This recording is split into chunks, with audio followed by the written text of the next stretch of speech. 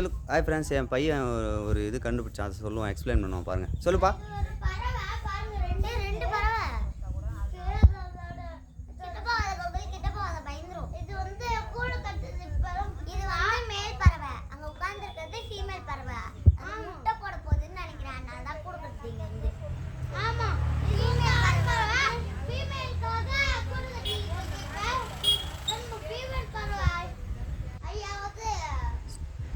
ரெண்டு பறவைங்க இருக்கு பாரு கோகுல்.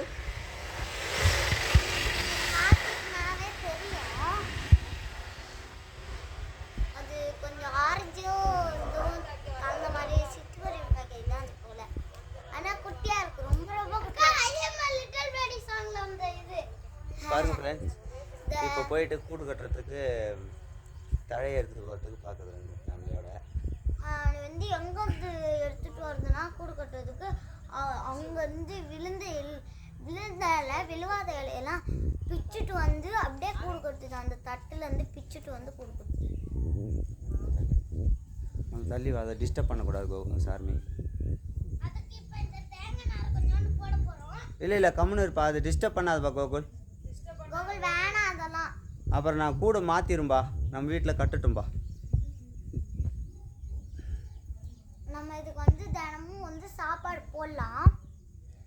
அதுவே போய் வேட்டையாடிட்டு வர்றதுக்கு பதிலாக நம்ம வீட்டில் சாப்பாடு போட்டால் நம்ம கூட ரொம்ப நல்லா பழகிடும். இந்த இடத்துல தான், இங்கே தான் கூடு கட்டுறாங்க. அவங்க வீட்டுக்கு போகிறாங்க பாருங்கள். உள்ளே போயிட்டாங்க. எலுமிச்சி மரம் அது. மரமா? செடி மாதிரி மரமா? அது வீட்டுக்குள்ளே போயிடுச்சு. அடுத்தவங்க போவாங்க. அவங்க இன்னொரு பறவை இருக்குல்ல அங்கே பாருங்க. ஃபீமேலா? எனக்கு இங்கிலீஷ்லாம் தெரியாது, என் பொண்ணுக்கு தெரியும்.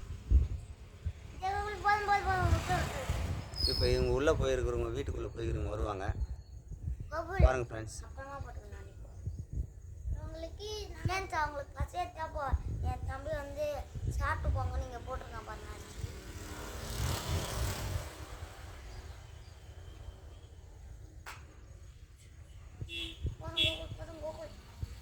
அப்படி கோகுல் அங்கே தேவையில்லை, அது பறந்த பிறகு நம்ம அந்த கூடு இருக்கு பாரு, அந்த இடத்துல தூக்கி போடலாம். அது சாப்பிட்டு அங்கே வாழும்.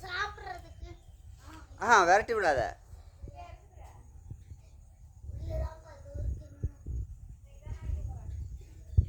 வீட்டுக்குள்ளே இருக்குது பாருங்க ஃப்ரெண்ட்ஸ்.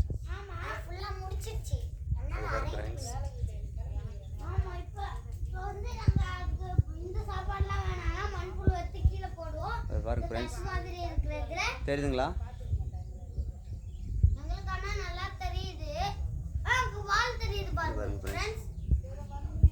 அவங்க வீடு அதான். இப்போதான் ஒன்று ஒன்றா வச்சு வீடு கட்ட ஆரம்பிக்கிறாங்க ஃப்ரெண்ட்ஸ். அவங்க வீடு பாருங்கள் ஃப்ரெண்ட்ஸ், தெரியுதுங்களா?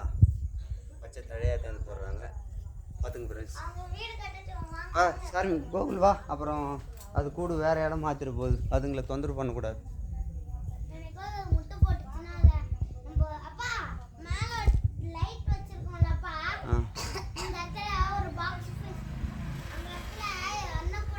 Bye friends.